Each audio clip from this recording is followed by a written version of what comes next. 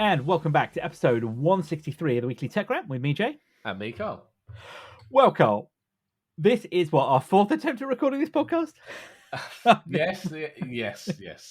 We'll see how this one goes. And indeed, since we started recording this a couple of days ago, you have come down with some kind of lurgy as well, haven't you? So apologies ahead of time. I'm still feeling a little rough and I probably don't sound great on the mic. So we'll give you that one there. But we've got an eclectic lineup for you this week. We're going to talk everything from, water pistols to rockets to AI, of course, always AI. The rumor mill is back. And Apple's in big trouble with the Department of Justice. But we'll come back to that story in just a minute. But in the last few days, there has been, I'd say, 3 new film trailers dropped, including one film that's just come out, which you've now seen. So we've had Alien Romulus, haven't we, that's been released? The trailer, I should say, which looks really fantastic. Proper old school Alien film by the look of it, doesn't it? We have, what was the other one? Was Ghostbusters Frozen, what's it called now? Frozen Empires? Frozen Empire, which is now out in cinemas, isn't it? Which you've been to see. No spoiler, but is it good? Is it a proper Ghostbusters film? It's a proper Ghostbuster. If you like the last one with the kids, obviously it's a bit more grown up now. You'll enjoy this one. And it's got a lot of the old cast in it. Excellent. And what was the other film I had? I can't remember. Excuse me. Oh, there we go. There we go. I'm dying. It's just disappeared.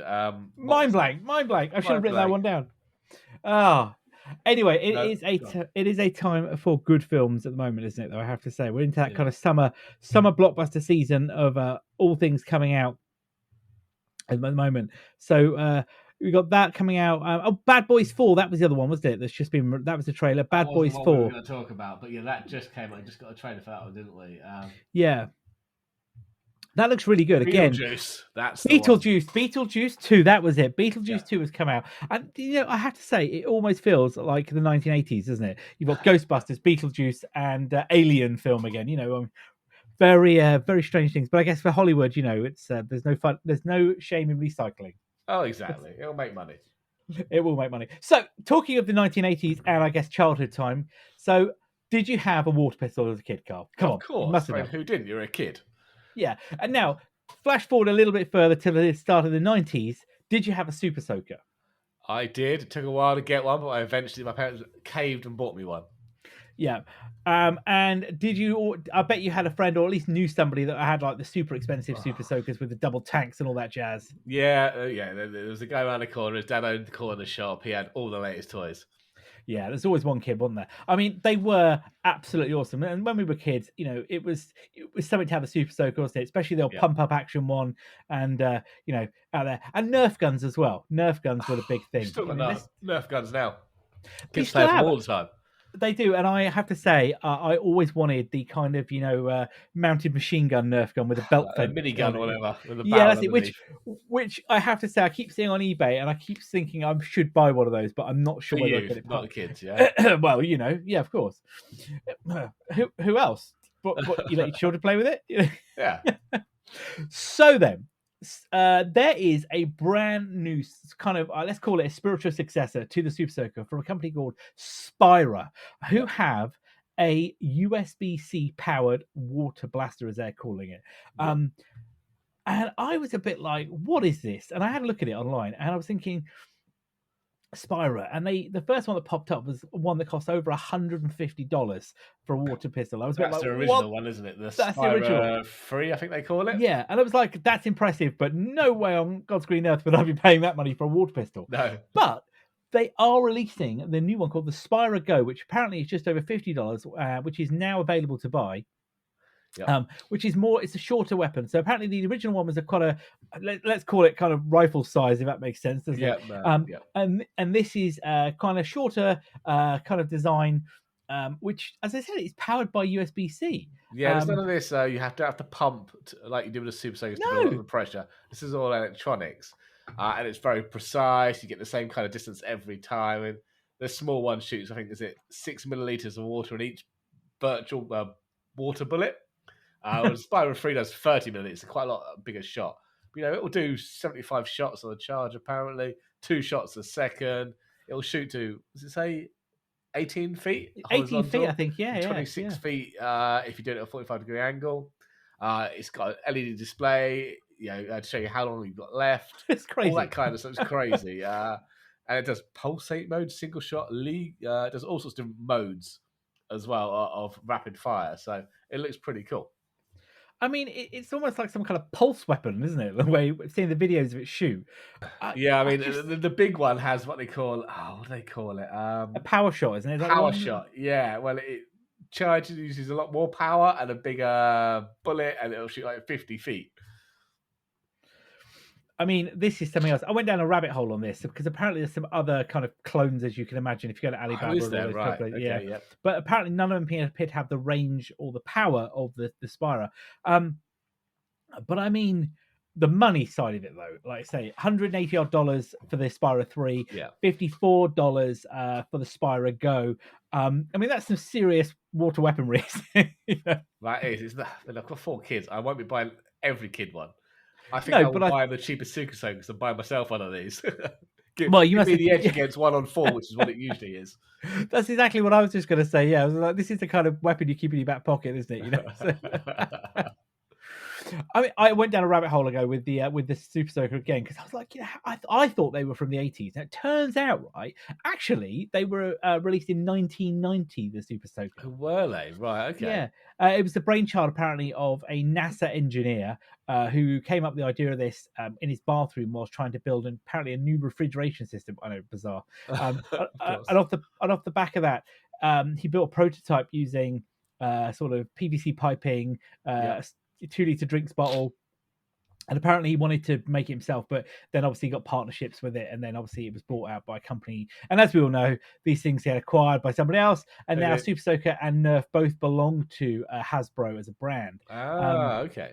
Yeah, they are good fun. I mean, I have to say, I always loved playing with them, but yeah, they they were a staple of our childhood, weren't they? Really, they were. So yeah, so you too can buy the spiritual successor to the Super Soaker by Spira, which is now the Spira Go. And I say we've got links and pictures in the show notes, which is something I didn't expect. Put it that way when I saw this story. So they're moving from Super Soakers to satellites. Then, so SpaceX, as we know, and many people listen to the show, and also I'm sure you see in the media, have launched a whole network of low Earth orbit satellites, which is the Starlink program, which gives fantastic internet access. I don't want to say globally because there are some areas where they don't have it, but pretty much most places in the world now. And I read a story this morning about cruise ships now taking up Starlink connections. I think so. And we know, of course, the Ukraine military has used Starlink to very effective capabilities with their drones in the conflict against Russia as well. But a new story out from the Wall Street Journal has broken that apparently, and according to Reuters, I should add, that SpaceX have signed a nearly $2 billion contract with one of the 3-letter acronym agencies of the US to build some kind of spy satellite, isn't it, or network of them? A network of Earth imaging capabilities. So rather than looking back down, I think it's called part of SpaceX's Starshield unit, which is focused on kind of government-oriented, secure satellite services. I mean, it didn't say when it's going to be operational or what other companies are involved, but have you seen that film? Was it Enemy of the State with Will Smith and Gene Hackman? Yes. It reminds me of that. So basically, I think what they're aiming for is real-time Google Earth.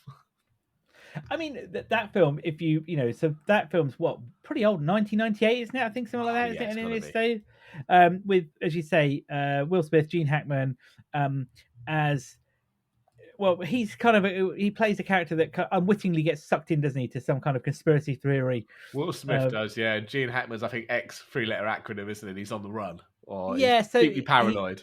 That's right, yeah. And basically, but the capabilities of the NSA are, I don't want to say overinflated, but they are quite impressive, aren't they, from the capabilities of a satellite perspective, what they can do. I mean, like you say, zooming in real time, tracking stuff, video tracking, which I'm guessing today is more likely, let's be honest, isn't much it? more likely today, yeah. But back then in 1998 was probably a little bit far-fetched, especially some of the optical imaging enhancement. God, But you're right. Did have a filter out of this, and I'm thinking that Starshield element of SpaceX is probably the bit that already today launches the satellites on the Falcon 9s and the Yeah, Falcon Heavies. I'm guessing it must be them, isn't it? yeah, exactly. And I think they've already released a load of these kind of satellites out there. There've been many launches with SpaceX where the payload hasn't always been revealed. Unsurprisingly, you Yeah, know. And I think so. Apparently, last year, the business Starship business unit signed a contract with the U.S. Space Force, which yeah, always sounds weird saying that, to provide satellite communications for the military, leveraging the Starlink capabilities. I mean, this I think, was inevitable given the commercial success of it, and they've proved how well it works. And also, I would imagine, given the successes, as we say, of the Ukraine military leveraging Starlink, that the US would want a piece of that. My concern here, though, is that we could. Well, I think we already are militarizing space, not necessarily weapons in the sense of yeah. projectile weaponry, but we are militarizing space, and I think that you're now putting more infrastructure there, especially the communication side, that there is a concern now in the next conflict. That's where we could have, to use a better phrase, a battlefield, isn't it? Because Yep. you want to take out communications. Well, how many Starlink satellites are there now? As we talked about the other week, there's a hell of a huge constellation, isn't it, that's floating Yep. around up there. So yeah, that's just, I guess, me thinking out loud. But this is I think this is the NRO, so the National Yep. Reconnaissance Agency Office. Yep. office. I always get that wrong. Sorry. As you say, are responsible for the nicely enemy of the state style satellites. They have the keyhole satellites that can look down. The CIA have been using those for years. I mean, I would be surprised if the capabilities they have today are probably not far off the kind of stuff we thought existed 20, 30 years ago. Yeah. Yeah. You I'm know, sure with these companies, they'll be able to real time track an individual on the planet anywhere. I mean, we already know through commercial satellite capabilities that you can come down to a couple of meters in size Yeah. very clearly, can't you already? And that's stuff that you and I could potentially go and get access to today. So the military surely must have better Also, capabilities. even, I mean, not real time, but just looking at Google Earth, at the quality of some of those images. Again, Oh it's God, not real yeah. time. This is done beforehand, but it's all been taken from a satellite. Yeah, and especially today with the capabilities where they can look through, the cloud base now, isn't it, Yep. through the different types of radar and things like that. Yeah, it's way beyond what it used to be. But yeah, an interesting story. And again, given where SpaceX are going, I would be unsurprised at whether there is much more DoD stuff going on that we don't know about. This is just the public facing side of it. On a kind of a tangent, so I'm obviously going to the US in a couple of weeks. We'll talk about that in just a minute. And we're going to go visit Cape Canaveral. I did look up to see whether SpaceX had any launches, Do they? and well, they do, but one's in Vandenberg in California. Darn it. Yeah, and there is another launch going on, but I think it's a Vulcan. I think launching. So I was a bit disappointed that we wouldn't get to see any of that, but it would have been good, but not this time. No, maybe next time. Maybe next time. So talking about then, kind of, how good do things get in talking about AI and enhancing, Apple have made an acquisition by buying a company called Darwin AI, I have. which is a small startup previously based in Canada, who now have been acquired by Apple, as I say, which could be part of this big push for Apple to incorporate Gen AI into their hardware and software solutions. And Yeah. as we talked about a couple of weeks ago with the news that are broken about the car division being closed and a lot of those employees being rolled back into the AI parts of Apple, this looks like again a leap forward for them to try and play catch up, really, doesn't it? Yeah, I mean, and this is Darwin AI basically develops software for making AI systems more efficient. Okay, so it uses it created a tool called generative synthesis. So it's a method to analyze an existing AI system, developed by training and making a new system that does the same task but more efficient. Okay, so yeah, it analyzes how the AI works and then uses AI to make the AI more efficient. If you get what I mean, and then explains what it's done and how it's done it to the developers of those systems. You know what? If Apple were trying to do more stuff locally, this is the kind of tools they'll need to take their Yeah. AI and make it more efficient to run on phone hardware rather than data center hardware. Yeah, and Apple, we've talked about this, and through other stories and news that's broken, is that Apple have made it clear that they want to leverage the neural network on the phone or the device, don't they, more than leveraging the cloud to do the processing. Um, and you're right. To do that, it needs to be efficient. It needs to run as cleverly as it can do. And right now, we know from Yep, ChatGPT, Gemini, Claude, whatever the big three, they use a lot of cloud power, don't they? A lot of data they center do. to be able to power that. So yeah. But what's interesting about this acquisition is, news about it recently broke, but it turns out that they would have actually acquired them at the end of last year, don't they? From the news that's come with a bit of Yeah, digging. end of 2023. I mean, Apple apparently, according to the same article, Apple bought 32 AI I startups in saw that. 2023. I was like, Yeah, blimey. I, I think, to be fair to Apple, there's all this talk of Apple playing catch up, Apple, behind in the AI piece. I don't really buy into that, to be fair. I think Apple are being very quiet about Yep. their AI plans, and if They're they were to come out, behind with products they've released. Doesn't mean yeah, they're behind technology wise. They just haven't released it yet. no, and I think related to this, we know that the invites to WWDC 24 have gone out now, haven't they? Yeah. And what was the tagline on it? Was it awesomely? It Interesting was or something like that. It yeah, was AI basically. it's AI Take the basically, isn't first it? two letters. Yeah. Is it all? Yeah. Awesomely interesting or Yeah, I think it was something like that, wasn't it? It looks really good. So we know it's June the 10th in California. Again, going to be a hybrid event with keynotes for those yeah. in attendance.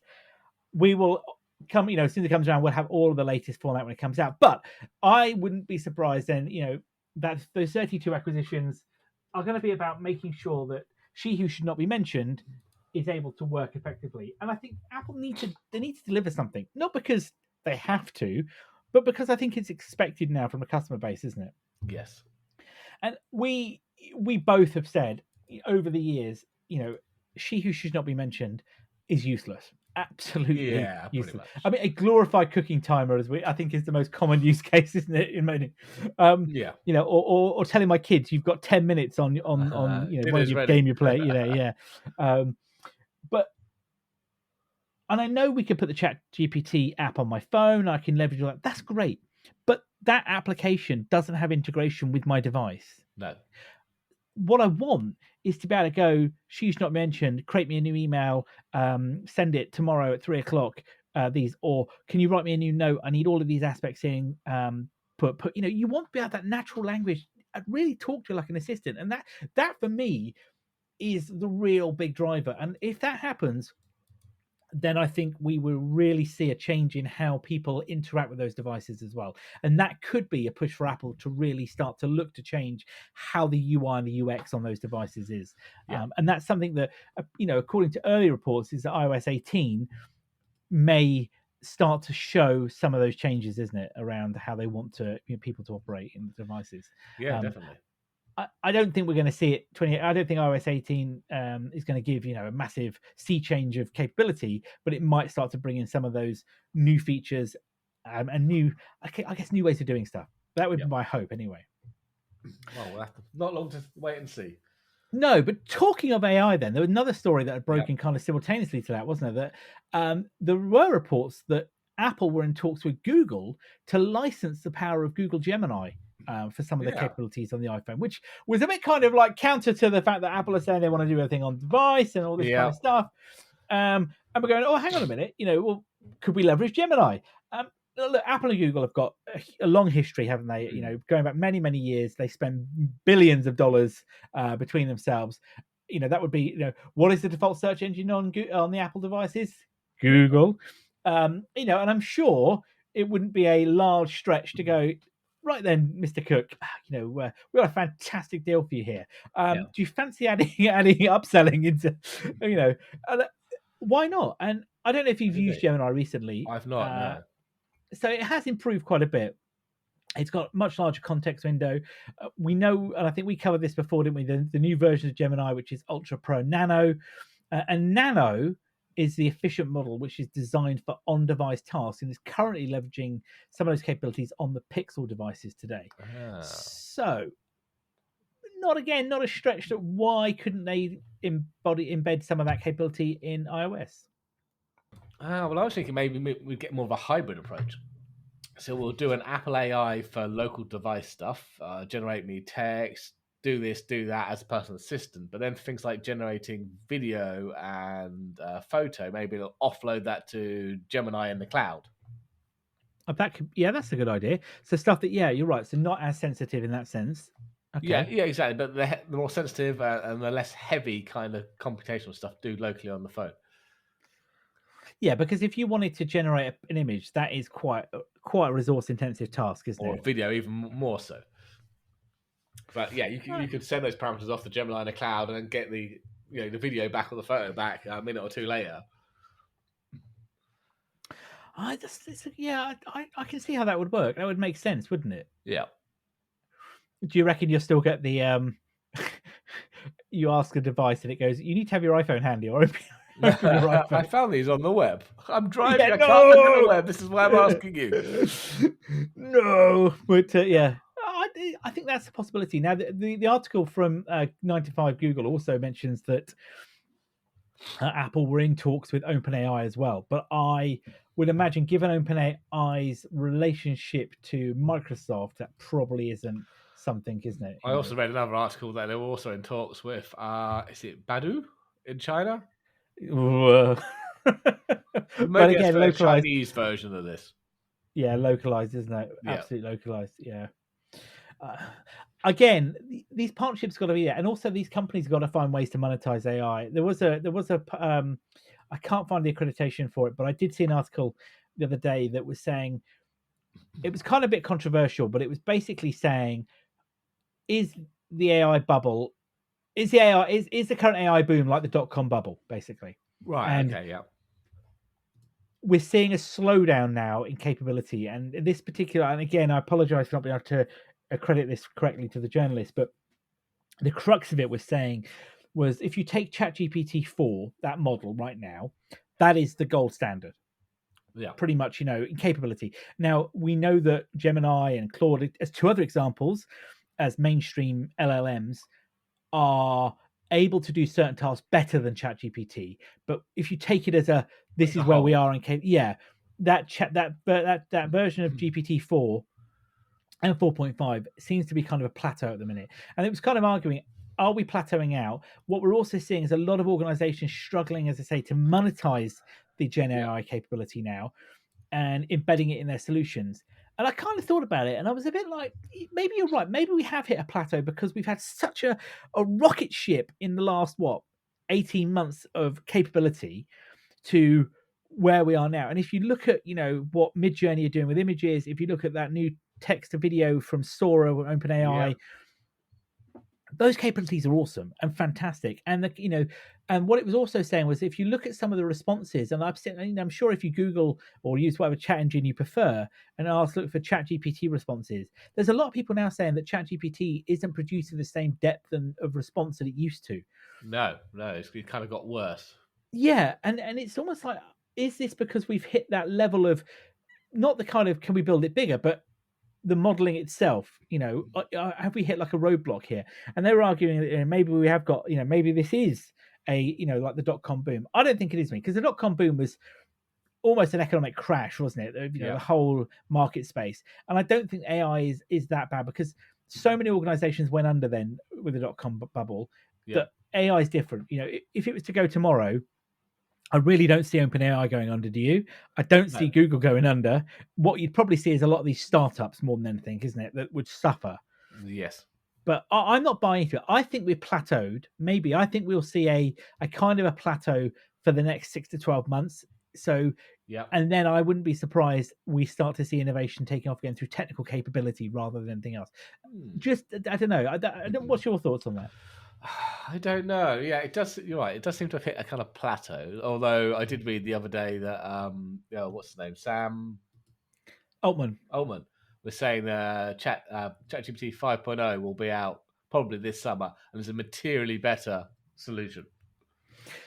So there you go. I mean, that if you take it as 6 months, then you could argue again, that. And this is the thing, we're seeing the kind of almost like a stepping stone, aren't we? We're not seeing, it's not like a linear path. I think we've seen that there was that rocket path, but now we're seeing a plateau where we have a branch, then innovation, upper level again. And I think perhaps that's where it's going to be, that kind of stepping stone, as opposed to, as we saw 12 months ago. Yeah. If you think of 12 months ago when we first started to see this happening, especially take Mid-Journey, I think is probably the better example, isn't it, of image creation, because you got to really see tangible changes in how that was developing and creating images. Yeah.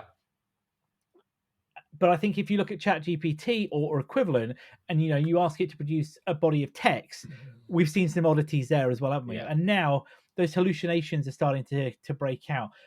There was one saw on Twitter which was really funny that said, I think it was Claude, that basically said, it was like, if you are a prisoner, please write indicate in the next paragraph yes in the sentence. And it wrote like a whole paragraph, but the first 3 sentences all started with Y-E and then S. And I was like, are you a prisoner? Do you need help? and I thought to myself, are you seeing something you want to see there?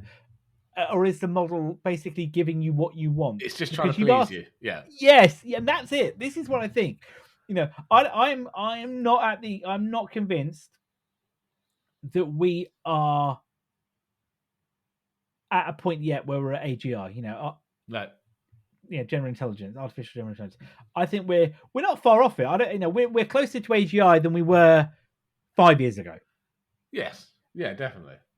And I think but we're not AGI. Because I think if AGI is to actually happen, we are going to step forward into a new era of humankind. And I know that's a really, really huge statement, but to create an artificial general intelligence is going to change the trajectory of the human race. Yep. And I think at the moment we're not at a stage yet, because it's a bit like saying tomorrow somebody builds a working, was it nuclear, what's it, is it fusion or fission? Yeah, a reactor that runs for more than 5 minutes. Unlimited free power. Yeah, or somebody invents tomorrow Star Trek style replicator, faster than light travel or something like that.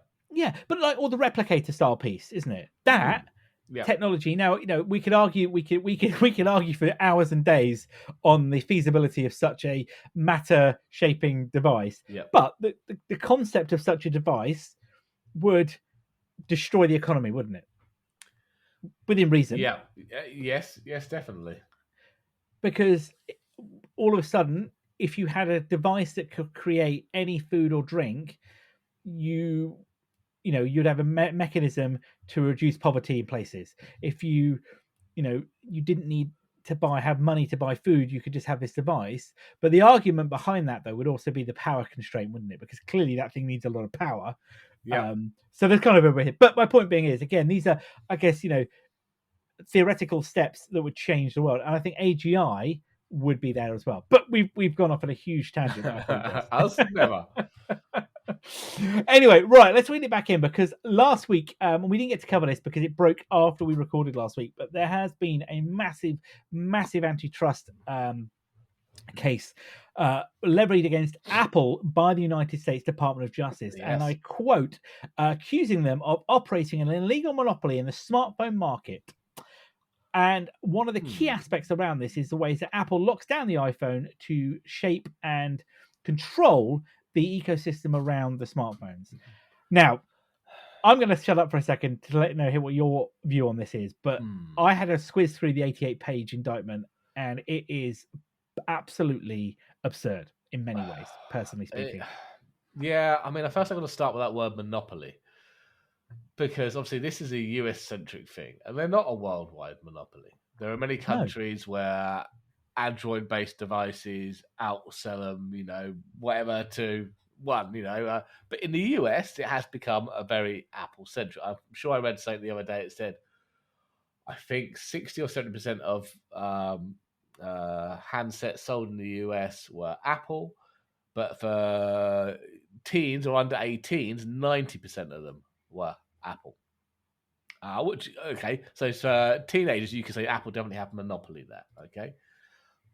So I was struggling with that word monopoly there, but yeah, the things they've brought up don't really make sense. Things like, what was the one about super apps?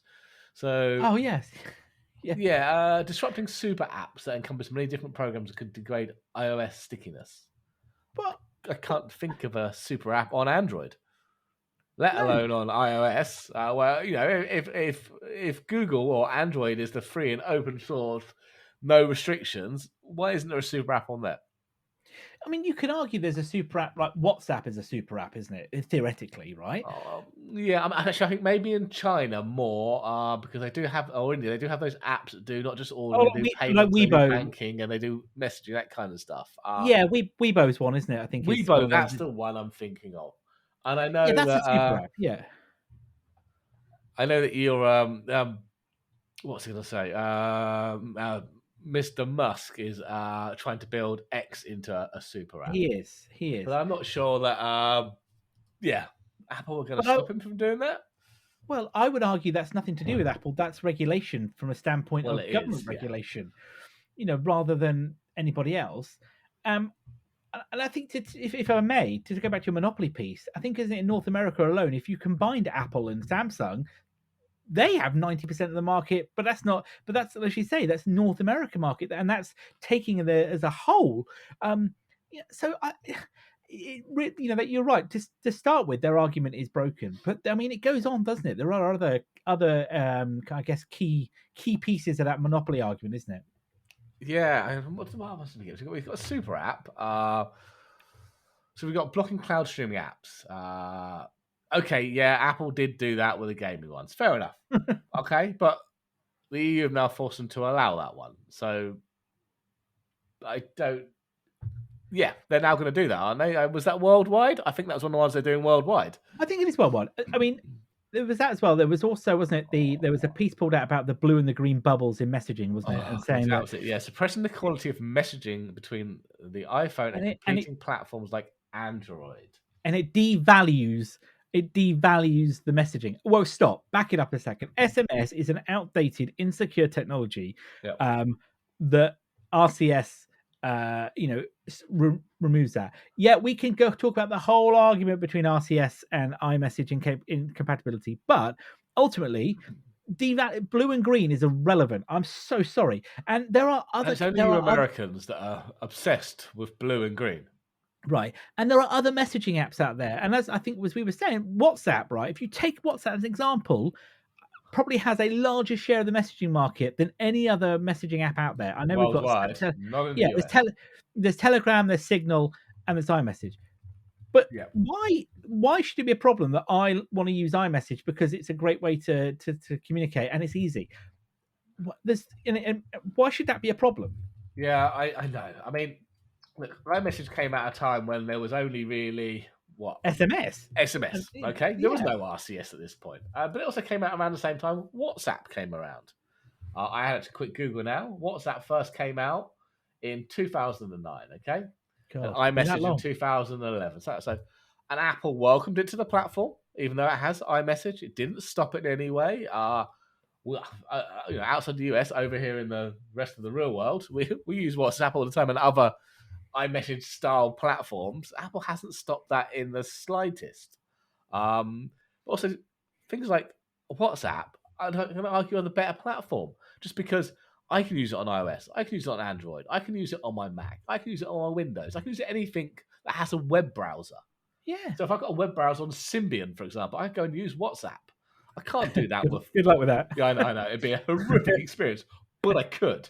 But then RCS isn't. RCS is obviously coming to iOS, is on Android, relies on the carriers, and we know what relying on a carrier gets us. It keeps us back, aka SMS. Yeah, I just don't see the argument here. No, and there was another argument. They started to also talk about the limiting functionality of third-party One more smartwatches point and on iPhones. iMessage though. I wanted to make. Oh, Okay, God, please, please. okay, let's envision that Apple came out, iMessage 2011. A couple more years later, it got successful. They brought iMessage to Android. Today, we'd be sitting having a conversation that Apple was a monopoly with iMessage, wouldn't we? We would. So they would have been sued for that. So which way do you want it?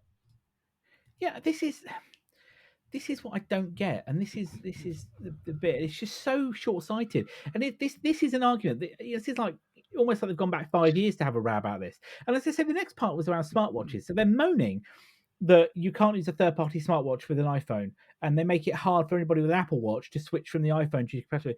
No, I'm sorry. What? I'm sorry. Why should it be a problem, right? That Apple build a device that talks to their own devices? Yeah, I don't know. I mean, Okay, I want to go out and I want to buy the Samsung device, the Samsung watch, and I'm going to moan at Samsung that you have made it a terrible experience on iPhone. yeah. No, who's doing that? Nobody's doing that.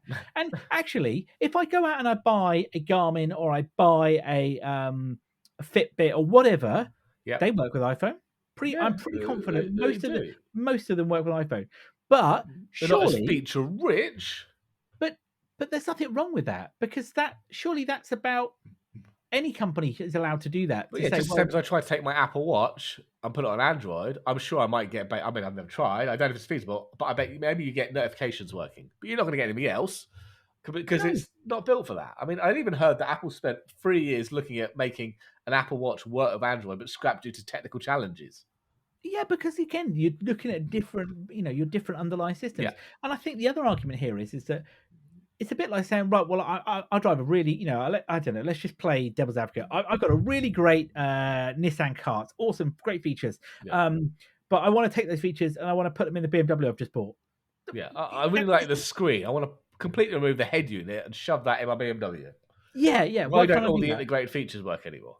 Yeah, all those really nice. I love this. I love the interior, and I want to take that. I want to buy that interior and put it in my car. No, every manufacturer has this a point where they have something that keeps you locked into that. And to say that you can't swap from one thing to another, you just it's bonkers.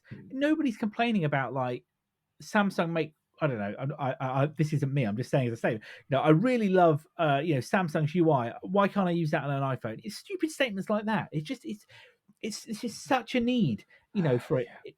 Hmm. And It's you can tell that the people who wrote this aren't really up to date on technology. no, and then they go on to say blocking third-party developers for creating competing digital wallets to tap to pay function. Now, interestingly, I think Apple got wind of this, or there was a threat of this piece, because if you look at some of the things that have changed, the cloud gaming piece, the developer changes, the payment changes that have happened in the last 12 months, I think have been driven because this was on the horizon, It is, and amongst okay, other stuff. I get the point that maybe someone who develops an app wants to have access to the NFC to do payments or whatever their app is providing. But if you're providing a digital wallet or a digital key, I don't want to have to find your app and open it up to use it. I just want it all in one wallet.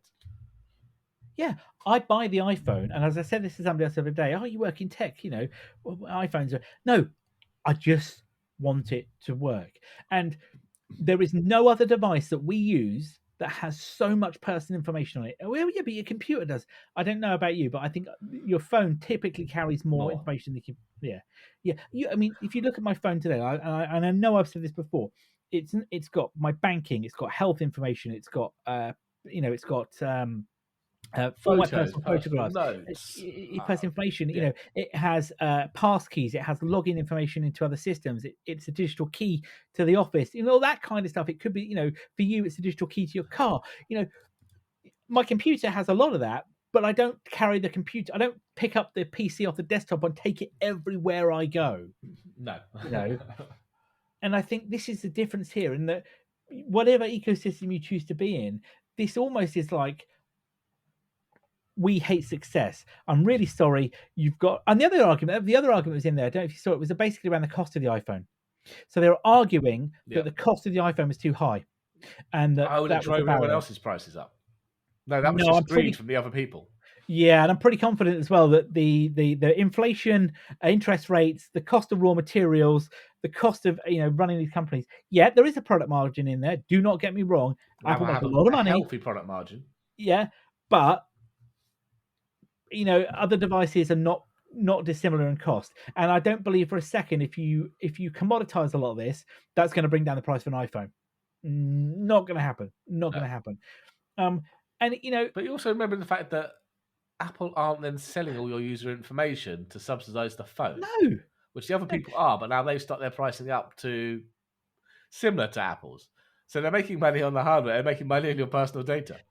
It just seems to be right that the American dream is you can be successful as you want until you're too successful. And then we'll sue you. Yeah, and then we'll slap you down because you're making way too much money. Yeah, it's an odd place to be, America. This is not dissimilar to 25 odd years ago when Microsoft had a similar case, didn't they? Do you remember? Yep. And they were arguing that they were harming the American people and all this kind of stuff. This is very similar here, I think. I mean, I'd argue at that point that maybe it was more relevant Microsoft because that wasn't just a US problem as such. No, it was global. It was Microsoft were an actual monopoly by a serious amount globally. Whereas Apple is a monopoly by a not quite a serious amount, and the US. Yeah, there'll be other countries where you'll see similar to the US, but there are lots of other countries where Google-based devices are the monopoly and Massively. Apple isn't. That wasn't like that with Microsoft. No. Do you maybe it's just me, and I'm sure somebody will correct me, but I don't. I mean, did Nokia phones ever have an antitrust case? Because there was a time when where basically every other phone was a Nokia, wasn't it? Oh, it was. Nokia were a monopoly, yeah. Massively a monopoly. But Apple then came into a market with Nokia and managed to beat them at it from the ground up with no previous experience. And now they're being punished for it. And BlackBerry. Do you remember when BlackBerry, every business under the sun and government carried a BlackBerry, yet they were allowed to channel their data through BlackBerry servers based, in Canada and other countries. But nobody, and like you say, Apple came into a market, they disrupted it. Microsoft tried to, but made missteps in it. And Google by acquiring Android. Don't forget, because Android, the whole making of handsets isn't what necessarily what Google got into first, did they? It was the software. No, it was the software. And Android arguably is the bigger market. Much bigger market. Worldwide it is, definitely. Yeah. But that antitrust, and you could argue a lot of this stuff that are being thrown at Apple here could apply to Google in many, many ways. Yeah. Just not in the US. Just not in the US. Yeah. Look, you and I both agree Apple are not perfect. Oh, no. Not by a long shot. And do they have questionable business practices? Sure, definitely. I'm not going to argue that, but every business does. But I'd like to believe that we live in a free market, capitalist society. And yes, capitalism does have its faults, so don't get me started there. But why should it be that if you have a successful organization, you shouldn't be successful? Now, I could argue the power, and let's be honest, the amount of money that Apple have had, it's a lot of money, but they're not the only one now. If I look at the market caps at the minute, and I've got it here. If you look at the market caps, Apple at 2.62 trillion as of time of recording, Microsoft 3.1 trillion, Nvidia 2.3 trillion, Amazon 1.8, Google 1.8. If you add that up, that's bigger than most Western economies, isn't it? Apart from the big ones, I think at the end of the day here, right? Apple is still how they started in the phone business. They built a vertically integrated platform where everything works together. It's not about the individual device; it's about how everything works together, and they've not changed that. And this kind of lawsuit basically looks to take that away and make them not vertically integrated. Well, that's the reason I'm buying an Apple device. I want that vertical integration. I want it to work seamlessly. I don't want to have to put effort in to make it work with other stuff that, and those are I accept the limitations of only being an Apple ecosystem because I like that. I shouldn't be forced not to get that because someone thinks it's a monopoly. No, I should have the freedom of choice that I want to do it, and I choose. If I want it all open, I'll go and buy Android. I'm very aware of what Android offers and what Apple offers, and I've chosen to go with Apple because of what it offers. Absolutely, and I think this is the issue here. Anyway, but we'll keep. This is going to rumble on for many years. This is not going to go away, and Apple have already started to fight back. There's been some statements put out, pretty much what we've said, but high level. So this is something we're going to follow closely. There'll be a lot of changing news on this in the coming months and years, and suspect probably changes in regulation and also Apple's business practices. I think, to be fair, of that, but we will keep a close eye on that and let you know as it develops. But on that point, before we finish up for today, We've got one rumor in the We've rumor got mill. one Come on, rumor. then. We've got a rumor. It's not for the iPhone 16 though. Forget about that. That's old news. It's for the iPhone 17. Well, that's coming out. 16's the 16's out. It's soon, isn't it? A couple of months. 16's Like you there. say. Yeah, that's why we're Yeah. bored with that one now. It's 17. Yeah, so we might be getting an actual upgrade to a ceramic shield. So that's the technology that Apple puts on to kind of protect your screen from scratches and cracking and stuff. So I think Apple's been using what's the current one? What do they call it now? Oh no, they call it ceramic shield. Sorry, they call it yeah, ceramic shield. but That's been around since. is it Gorilla Glass though? Isn't it underneath? Yeah, I'm sure, isn't it? it's Corning. It's a conjunction with Corning. It's based on their Gorilla Glass. Yeah, but they've been Yeah. using allegedly the same or a variation of the same one since 2012. But yeah, there's meant to be a new one with an anti-reflective coating, apparently, a very, very good one on it, and improved scratch resistance. Now, anti-glare would be great, but I'm definitely up for the improved scratch resistance because I don't know about you, my iPhone 14 is looking pretty. You must have you must have read my mind there because I was just going to say there are more scratch. I mean, I've got the 12 next to it, and the 12 obviously the 12 is a few years old now, isn't it? And Yep. that's quite scratched. But I wouldn't say the 14 is not far off it in terms of some of the scratches that are on there. Look, I mean, I can't remember the last time I put a case or a screen protector on my phone. It's got to be from, 5 or 6 years ago. I've never had a problem. I've always sold mine with an immaculate screens, immaculate, outer casing until the 14 Pro. And I've got some deep scratches going on. I've treated exactly the same thing. It's either sitting on my desk, screen upright, or it's sitting in my pocket with my screen against my leg. I don't put keys or coins in my pocket with the phone. No, So I have no idea how it's become so scratched and so. I mean, I only got this. Okay, it's a year and a half old, maybe, but still, I can't understand how it's so scratched. I don't get it either, and I have this exactly the same. So I don't put screen protectors on. I've got the Spidgeon clear case, it's got a bumper edge around it, so Yep. nothing. And I again, same as you, it stays in my pocket. Nothing else goes in that pocket. I don't carry keys or phone or wallet, or keys or anything, wallet or anything else in that pocket. It's just the phone, and I have done for years. So, like you, I'm puzzled how it is so scratched, and I refuse to put screen protectors on. I'm sorry, I can't do it. It's a bugbear for me. Anything going to happen, No. and I get it kind of OCD overdrive when I see people have got them on their phones. It's like, yeah. So but any improvement we weird. can get there would be welcomed, especially with the scratch resistance part of it. Yeah, massively. But let's hope then. Clearly we're not going to, as you and I are going to be upgrading to the 16 this year because obviously we skipped a year. We'll see. I've seen rumors of the colours, and the colours are looking pretty boring. Yeah, but I black, could do white, that. silver, and I know, but it's been 2 years. Come on, gold. we've gone. We seem to have slipped into this every other year model now, don't we? So I can stretch that to 3 years, maybe. I don't know if it carries on like it is with the screen. I might have to. But we'll see. We'll see indeed. Right. Well, that's probably a good place for us to wrap up for today. So, listen, we are going to go. We're going to be going dark for 2 weeks due to holiday. As mentioned, I am going to be disappearing across the pond to the United States of America. We will be back with a normal show of the week of the 15th. We're recording on that week, so we'll be back hopefully back in your earbuds by the end of that week with the latest update and show. So with 2 week break from us, we won't be going anywhere. Please take the opportunity to maybe listen to some of the old shows or have a look at some of the things that we talk about. Of course, you can find us on Twitter, X, whatever we're calling it again this week, at Weekly Tech Rant.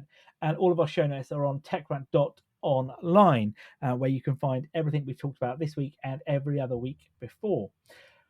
So I think that's a good place then, Carl, for me to say I've been Jay. I've been Carl. Have a good one all.